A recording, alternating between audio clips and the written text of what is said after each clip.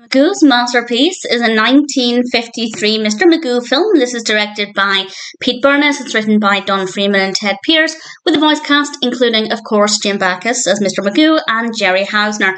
And I won't go into too much detail about the narrative, I don't want to spoil it, but in this one, Mr. Magoo decides to enter a sculpture competition. And, well, things do actually definitely take an interesting turn. I feel like the narrative is very unpredictable, but in a way that makes sense within the context of the animation. And the actual animation is rather appealing. This is not unique to this Mr. Magoo cartoon. I think Mr. Magoo in generally has a really satisfying animation style. The narrative here flows well, the pacing is great.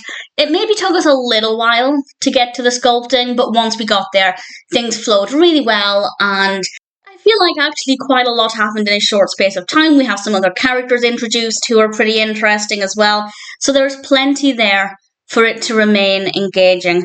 And Mr. Magoo as a protagonist is brilliant, and I think that that's one of the reasons why the Magoo cartoons are so popular, not just because the narratives are typically pretty fascinating, but because Magoo as a character is just an absolute delight. So we have a fun concept revolving around Magoo trying to sculpt, and of course there is also the added layer of, will he win the competition? I'm not going to answer that, of course, but there's definitely a lot to the narrative, maybe a little slow pacing to begin with, but once it got going, the pacing really picked up, and I found it to be really easy to be engaged with this story, and then the animation is just beautiful.